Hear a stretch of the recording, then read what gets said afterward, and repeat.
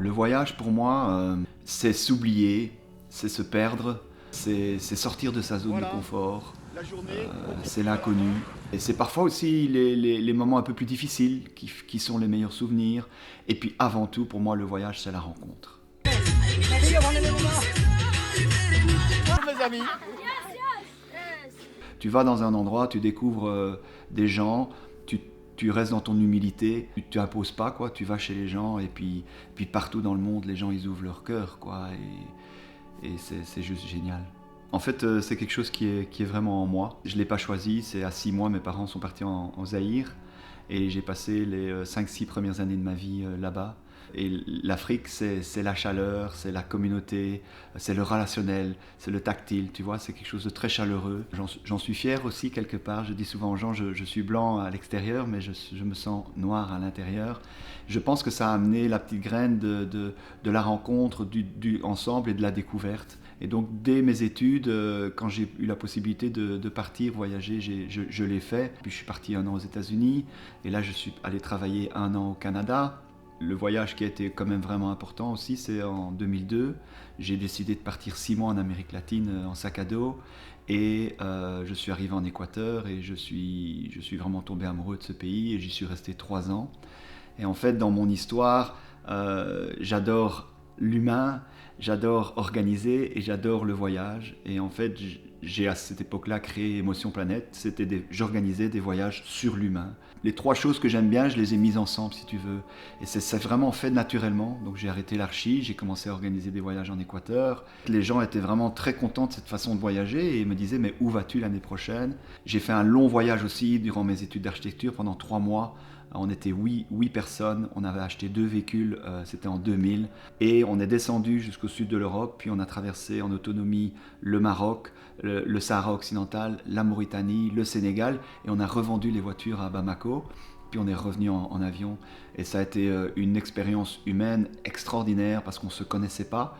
En tout cas, la personne qui nous avait réunis nous connaissait tous, mais nous, entre nous, on ne se connaissait pas, et c'est un voyage qui ne s'est pas du tout passé comme prévu, mais qui m'a vraiment aussi donné, je pense, ce goût de l'aventure. Et donc, ça a été mon premier vrai job. Oui, ça a mis longtemps pour se faire connaître et pour quelque part, oui, parce que j'étais là-bas et je devais faire connaître un concept de voyage différent, tu vois. J'ai mis 10 ans pour dégager un salaire. Voilà, ça a été toute une aventure dans laquelle j'ai donné beaucoup d'énergie. Mais c'est juste fabuleux. Ça me donnait une énergie énorme de voir que oui, ça a un impact sur les gens qui partent.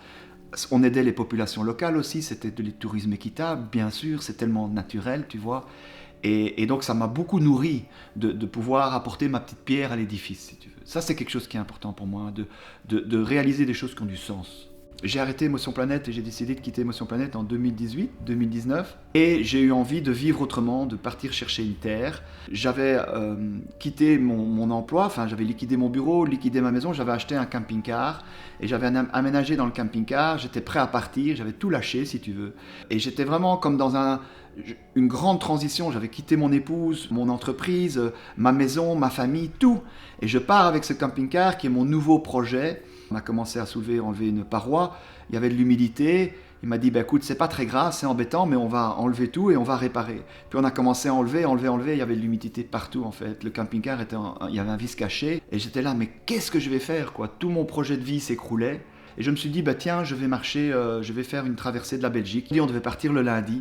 Le vendredi, je vais aider mon père à déménager. J'ai une colère contre lui à un certain moment. Et je chote dans une caisse pleine de livres, je me foule le pied. Impossible de partir. Et là, mon ami revient le lendemain avec son idée de dire, tu laisses reposer ta jambe et on part en Toscane. Alors je lui dis, bon ok, d'accord, on va aller en Toscane. Et j'avais entendu parler d'un pèlerinage qui allait jusque Rome.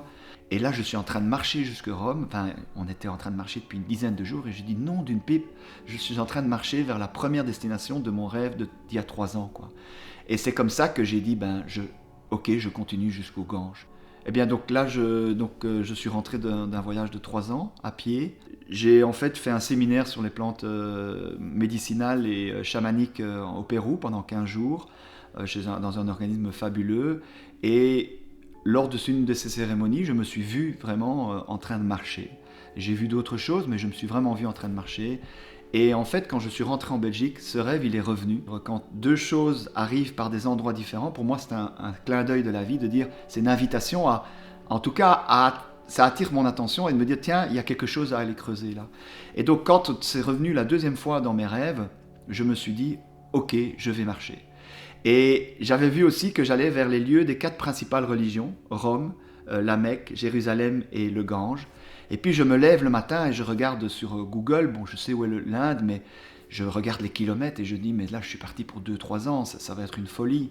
Et on était en 2019 et à l'époque je voulais déjà être dans ce désir de trouver cette terre. Les voyages à pied sont complètement différents de voyages en sac à dos, backpacker, comme où on prend le bus, voire le vélo. La marche à pied, la marche à pied et la nature, pour moi, c'est les deux meilleures, c'est deux très grandes clés d'amener de la joie dans la vie, d'amener de l'apaisement dans la vie. Et la joie, pour moi, c'est la quête de vie. Quand tu marches, tu passes devant une grille d'entrée, tu as le temps de jeter un coup d'œil, tu vois ce qui se passe à l'intérieur, la personne s'arrête, hop, tu t'arrêtes, tu comprends? Donc, la marche a plein de choses positives. Par exemple, d'apprendre à vivre moins, d'apprendre l'impermanence des choses, de lâcher prise. Tous les jours, tu quittes un endroit et tu te repars à zéro. Tu repars à l'aventure, tu repars dans un nouvel environnement. Tu dois retrouver un logement, retrouver de la nourriture. Enfin, il y a plein de leçons de vie derrière, quoi. Je grandis et je ne suis pas arrivé quelque part, mais je suis en chemin, quoi. Je suis en chemin et en fait, j'ai de la joie à être en chemin. Et donc oui, ce voyage, aujourd'hui, je suis amoureux de la marche. Je veux lui donner une place dans ma vie. Elle m'équilibre. Elle m'équilibre. Il y a des choses difficiles de voir dans le monde et j'ai eu beaucoup de colère. Par exemple, je suis devenu végétarien il y a 10 ans et j'ai eu beaucoup de colère contre les gens qui mangeaient de la viande parce que quand tu passes aussi dans les différents pays, même ici, moi j'appelle ça des camps de concentration pour animaux, hein, ça a vraiment le même look et ces animaux ont une vie mais horrible quoi. Et il y en a des milliards, nous consommons des milliards d'animaux et d'êtres vivants. Donc si tu compares l'évolution de l'homme à sa vie, à l'âge qu'il va vivre, disons 80 ans, on est à l'époque de l'adolescence, on n'a encore aucune conscience, on n'a pas encore compris qu'on est dans un cercle, si tu veux, pas une pyramide, et que notre eau, notre terre, nous venons de cela et nous y retournons. Et donc, en polluant l'eau, en polluant la nature, nous nous tuons, mais nous nous tuons, le mot, il est pas... Nous nous massacrons. Et donc, tout le challenge de l'homme, ça va être de s'éveiller. Et en fait, quand tu regardes des difficultés comme la pollution et tout ça, tu peux te dire, oulala, c'est vraiment de pire en pire. Mais malheureusement, l'homme a besoin de ça pour se réveiller, tu comprends? Et donc, il y a derrière chaque difficulté et chaque chose qui peut paraître terrible, il y a une lumière aussi. Il y a l'ombre et il y a la lumière. Et je dis pas qu'il faut faire des efforts, il va falloir se retroucher les manches, de vivre d'abord de façon plus sobre, avec moins, c'est la première des bases, quoi, de vivre ensemble, comment est-ce qu'on peut faire. On vit dans un rythme en Europe et dans les pays émergents qui est intenable, on le sait, tout le monde le sait, mais tout le monde continue. Oui, j'ai fait mes petites courses à gauche, oui, j'ai mon petit potager, mais ça suffit pas. C'est des changements beaucoup plus importants qu'il faut, tu vois. Mais il faut pas être dans un mode paniqué aussi de dire oulala, je peux plus respirer, plus prendre l'avion. Voilà, moi je crois pas trop à la taxe carbone, enfin c'est une manière de nous prendre notre argent, je pense. Je pense juste qu'il faut être conscient, responsable et faire les choses vraiment avec justesse et conscience, quoi. Et de se dire, ok, qu'est-ce que moi, à mon niveau, je peux faire ? Mais ça passe par un choix important qui va demander, pour certaines choses, de faire marche arrière, de sortir de sa zone de confort. On ne peut pas garder notre niveau de vie, notre niveau de confort et changer les choses, tu vois ? Et ça, les gens doivent l'accepter. Et ça, un voyage peut te l'amener. Et ça, l'expérience d'un voyage où tu sors vraiment de ta zone de confort, où tu te rends compte que tu n'as pas besoin de beaucoup, tu te rends compte que les gens qui n'ont pas beaucoup sont en joie, tu te rends compte des problèmes de notre façon de vivre en Europe, ça transforme. J'ai de la peur en moi parce que avec ce qui est arrivé en Afghanistan, je me rends compte que maintenant que je marche, je suis quand même beaucoup plus sur mes gardes. Alors, il y a eu ce moment très difficile où j'ai cru que j'allais mourir par 2 fois avec les talibans. J'ai été frappé une seule fois. J'ai été menacé, moi j'ai jamais vu de fusil vraiment, enfin pointé sur moi quoi, j'ai été menacé.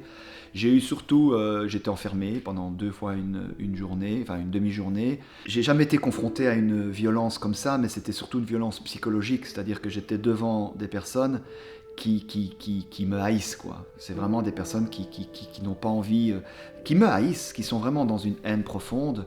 Mais c'est pas les Afghans sont des gens très chaleureux, tu vois. Je veux surtout pas qu'il y ait d'amalgame. J'ai d'abord marché 3-4 jours, j'ai été accueilli. C'est les talibans qui sont plus extrémistes, et pas encore tous, tu vois. Mais il y a parmi ces gens qui ont 35 ans, et c'est les deux, entre guillemets, mes bourreaux, ils avaient 35 ans, ils sont en guerre depuis 40 ans. Donc ils ont grandi dans la guerre, tu vois. Je remarche depuis 2 jours, et c'est pas évident de refaire confiance aux gens, de pas avoir peur, de mettre sa peur devant soi. C'est pas évident. C'est pas évident. Je pense qu'il y a des kilos de pleurs qui doivent sortir là. Je réalise l'impact de ce traumatisme que j'ai un peu vécu. Je l'avais un peu oublié, mis de côté parce qu'il y avait quelque chose de plus gros au-dessus. Et maintenant que c'est quelque chose qui est plus gros va mieux et que je me retrouve face à la marche, je me retrouve face à cette peur des gens, des hommes, des talibans qui m'ont vraiment maltraité psychologiquement, nerveusement. Et c'est pas très gai de voyager dans une certaine peur, et je veux pas non plus, je veux passer au-dessus, je l'accepte, je veux passer au-dessus. Et la peur, ça peut être quelque chose qui te fige et qui te maintient vraiment scotché, j'ai envie de dire, et qui t'empêche de bouger. Ou la peur, tu peux vraiment te retourner, la regarder, te dire oui, elle est là, j'ai peur, mais tu la mets devant toi. Tu la mets vraiment devant toi. Et en fait, elle devient une énergie de vie et une énergie créatrice de mouvement. Et moi, j'ai cru par 2 fois à la parole d'un Afghan, et 2 fois, j'ai été trahi. Et c'est ça qui a fait que je me suis retrouvé dans les situations dans lesquelles je suis.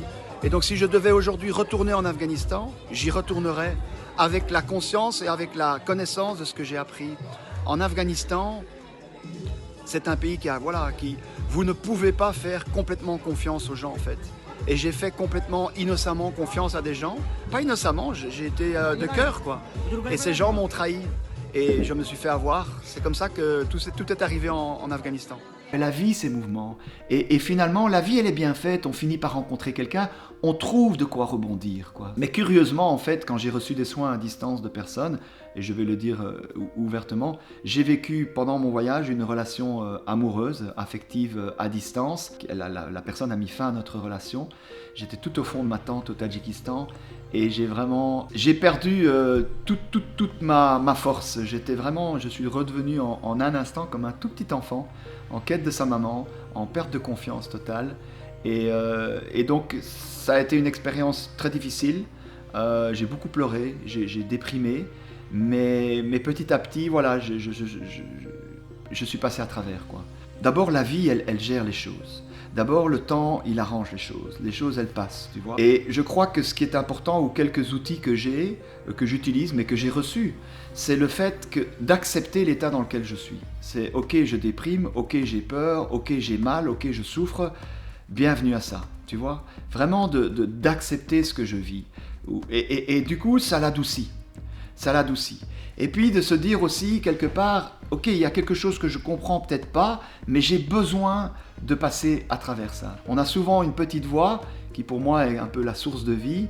Elle nous parle, et on ne fait pas toujours les bons choix, parce qu'elle ne nous montre pas nécessairement la facilité. Mais donc, écouter sa petite voix, c'est quelque chose aussi d'important. Et alors, qu'est-ce qui se passe quand on a franchi quelque chose et qu'on est sorti de sa zone de confort?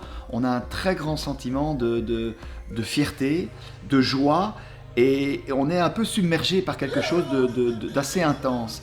Et je crois qu'on peut, en répétant ça le plus souvent possible, on acquiert une sorte de réflexe, si tu veux, tu comprends, qui permet de relever des défis plus importants.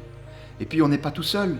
J'ai du mérite à avoir peut-être franchi certaines étapes, mais j'ai été aidé, j'ai été porté par une rencontre, par la présence humaine. J'ai traversé des régions où il y avait des ours, des loups, des léopards, et oui, il y a des peurs qui viennent, mais c'est toujours la même chose en fait. C'est face à une difficulté, est-ce que je laisse cette chose prendre possession de moi, ou est-ce que, je l'accepte, et puis je l'apprivoise et je la dépasse, quoi. Tu vois? Et je crois qu'en ayant cette attitude de dire je la vois, je l'accepte, c'est un peu comme un deuil à différentes étapes. Eh bien, un sentiment, une expérience négative ou une expérience douloureuse qui arrive, il faut des étapes. On ne peut pas tout de suite dire je la vois pas et je fonce. Parce que là on peut être un peu suicidaire dans sa façon de faire. L'invitation, c'est d'oser quand même. Et souvent de se poser la question, quel est le vrai risque? J'ai peur de lâcher mon métier, mais par exemple, j'ai peur de changer de vie. Quel est le vrai risque? Tu vois, quel est le vrai risque? Ok, je vais avoir un peu moins d'argent, mais je vais pouvoir retomber. Il y a des peurs qui sont importantes et il y a des choses qui sont des signaux où il faut faire attention, mais il y a beaucoup de peurs qui sont mentales en fait. Tu vois, il y a beaucoup de peurs qui sont mentales. Par rapport à une difficulté, c'est de pouvoir essayer de se dire quel est le cadeau qu'il y a derrière. Qu'est-ce que ça va m'apporter, tu vois?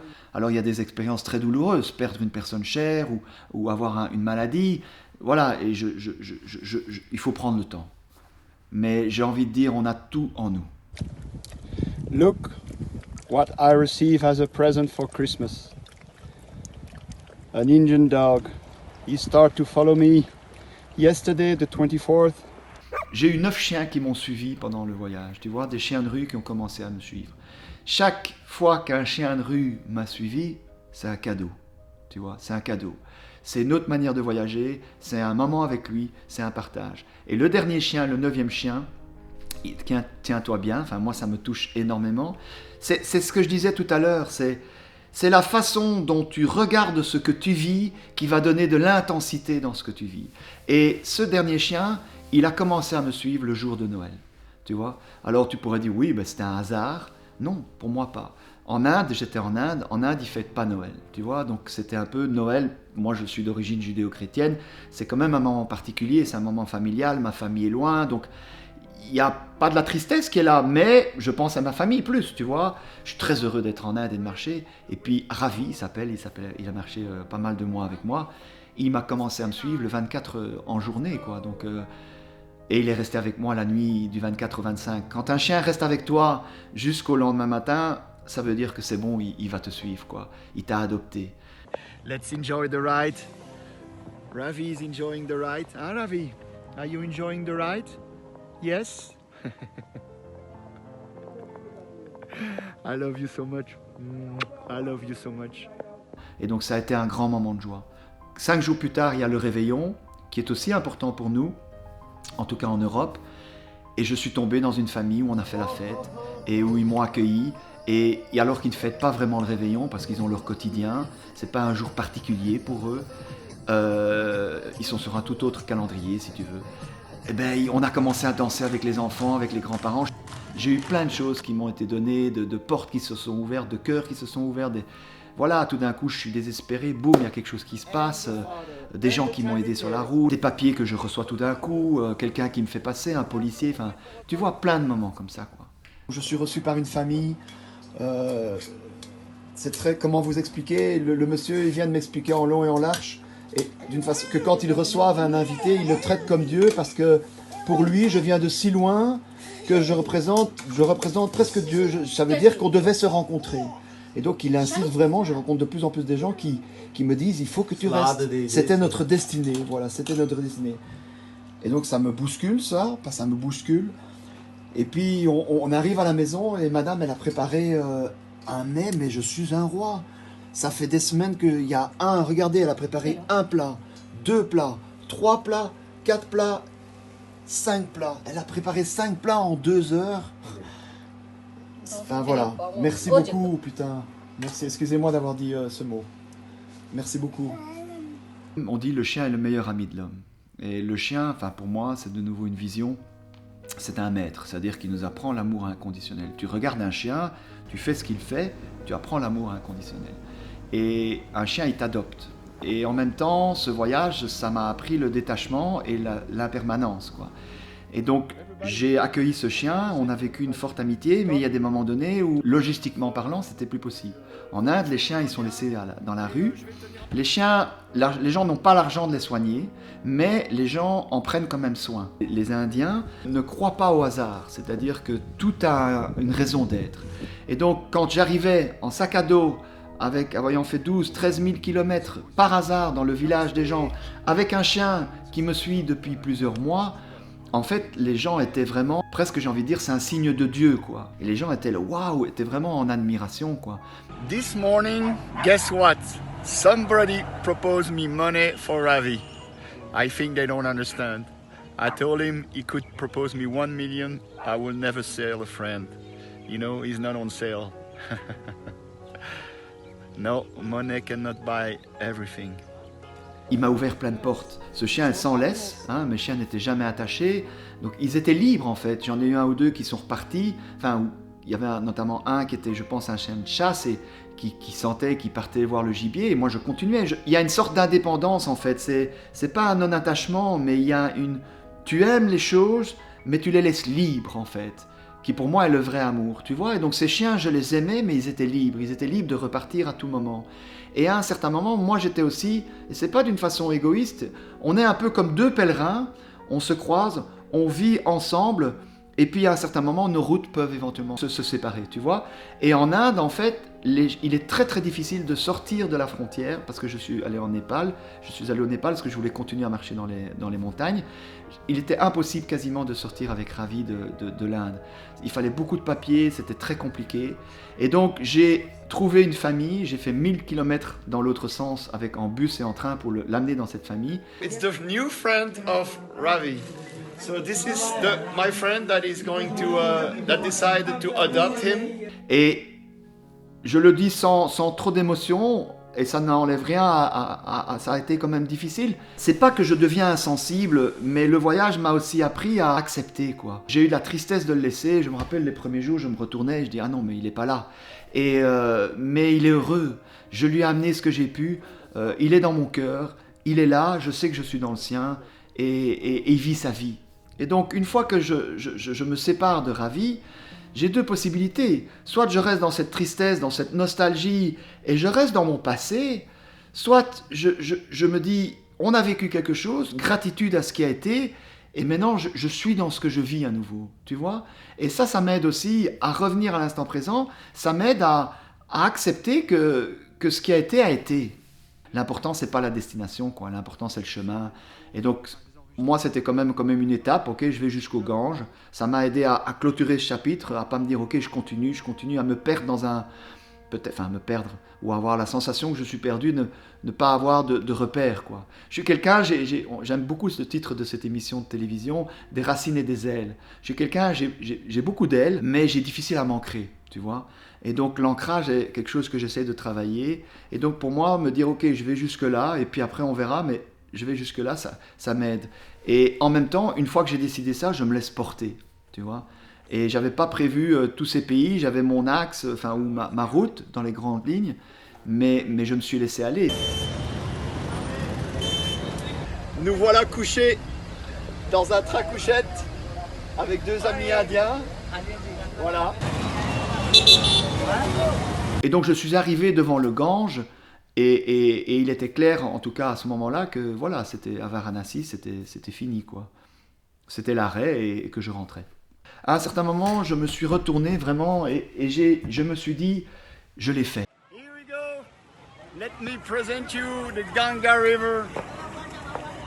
13,200 kilometers walking, 3 years, 20 countries. I made it. Quand tu vis une expérience de vie à l'étranger, quelle qu'elle soit, revenir, c'est jamais facile. Il y a toujours un moment de déprime, voilà. On t'enlève la prise de courant, quoi. Tu es perdu, qu'est-ce que je fais? Non, il y a plus à avancer, c'est terminé. Et de nouveau, on a de l'attente. Quand on a de l'attente, on a de la déception. Et donc, j'ai eu un peu de déception, mais ok, j'avais ma joie la veille, c'était ok, quoi, ça se termine. Ça, j'ai appris aussi à me féliciter, tu vois, à pouvoir regarder ce que j'ai fait. Et je me disais vraiment, putain, tu l'as fait, quoi. Tu vois, je l'ai fait. Et ça remplit un petit peu mes propres trous, tu vois. Et ça, c'est très gai. C'est très gai. Et que un trou que personne d'autre que moi ne peut remplir, tu vois. Et donc, j'ai eu de la joie à être devant le Gange, non pas parce que ma marche se terminait, ça, j'étais un peu perdu, mais je me suis vraiment retourné et j'ai repensé à tous ces moments où j'ai quand même eu difficile, où j'ai eu froid, où il fallait marcher, il fallait trouver un hébergement, où j'ai dû un peu me dépasser, quoi.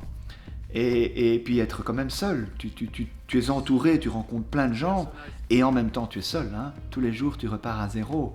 Et en fait j'ai reçu un très beau cadeau pendant ma marche, c'est que avant ma marche, dans ma vie, j'essayais de transmettre, de dire aux gens de faire, d'emmener les gens, et en fait ça marche pas, parce que tu forces, et les gens, ils ont chacun leur chemin.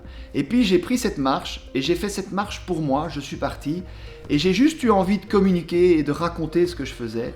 Et en fait, les gens ont commencé à regarder les photos, les vidéos, à lire les textes que j'avais écrits au début, et sans vouloir nourrir et inspirer les gens, en fait, je me suis rendu compte que je partageais, que j'inspirais, que je nourrissais. J'ai commencé à avoir des gens qui m'ont dit « mais c'est vraiment génial ce que tu fais. Chaque matin, j'ai besoin de voir tes photos, d'entendre ce que tu racontes, ce que tu partages. » Et ça a été un cadeau extraordinaire et c'est un enseignement, quoi. Je me suis dit « je vais proposer des rencontres, je vais partager ce que j'ai vécu et j'ai rien de prévu dans ce que je vais dire et on y va. » Et la bonne nouvelle, pour moi, ça a été que j'ai décidé de faire cette tournée, entre guillemets, à pied. Et donc je viens de terminer, j'ai marché pendant 15 jours, 5 lieux en Belgique, et j'ai rencontré les gens, et ça a été génial. Ça a été beaucoup de joie, j'ai vu les étincelles dans les yeux des gens, et comme je disais tout au début, quand je donne un cadeau, je suis heureux, ça m'a amené de la joie. J'ai touché à quelque chose que je peux faire, que je sais faire, et que j'ai envie de continuer à réaliser. Tu sais, j'ai eu des témoignages, et c'est une dame qui a été poussée par son amie à me le dire, c'était après une des rencontres, elle me dit, son amie dit « mais dis-lui, non, allez dis-lui ». Elle m'a expliqué qu'elle a eu une maladie grave, et qu'elle était vraiment au bout du rouleau, et qu'elle avait plus envie de vivre, en fait, en gros. Et elle me dit « la seule chose qui m'a raccroché à la vie, c'est tes photos, tes témoignages, ce que tu racontais, ton voyage. Chaque matin, j'allais sur Internet et je regardais ça et ça m'a donné de l'énergie. J'ai vécu déjà pour quelque chose, quoi, quelque part, tu vois. Et en fait, le monde que j'ai envie de créer, dans lequel j'ai envie de vivre, c'est ça. Et j'aimerais beaucoup que si les gens veulent venir marcher avec moi, ils sont les bienvenus. Voilà. Demain, je ne sais pas de quoi ma vie sera faite. Et en fait, mon projet, c'est de ne pas avoir de projet et d'être relax, d'en ne pas savoir où je m'en vais financièrement, etc., etc. Et c'est tout un travail, c'est très très dur parce qu'il y a beaucoup d'anxiété qui peut monter. Mais je veux vraiment arriver à ça. Le tout, c'est de trouver aussi, de s'accepter. Je me rends compte que j'ai une part de moi qui est nomade. J'aime aussi, j'aimerais créer un foyer, cet endroit où tu te sens bien, son chez toi. Donc, et aujourd'hui, je suis dans une transition où je pars chercher une terre pour trouver aussi ce lieu. Mais je sens vraiment et je prends conscience que oui, je suis aussi nomade, je l'accepte et je veux aussi lui donner une part dans ma vie. En fait, moins je possède, plus je suis libre. Voilà. Et c'est pour ça que je voudrais aussi repartir. Pour moi, la vie en Belgique, avec la machine qui est derrière, de devoir financière, enfin, de tout ce qu'il y a, ça met une énorme pression. Et je disais tout à l'heure que la pression, j'arrive plus difficilement à la gérer et j'en ai plus envie. Et donc, j'ai envie d'aller vers l'habitat groupé, vers la simplicité, vers l'autonomie. Je crois que là est la vraie source de vie, je crois que là est la vraie joie, dans le je ne sais pas. Et je l'ai touché dans ma marche. Et j'ai envie d'inviter les gens à prendre un tout petit peu peut-être cette direction, du non prévu, de la zone de confort qu'on quitte, de se challenger, de mettre sa peur devant soi. Tout ça, c'est un tout, tu vois.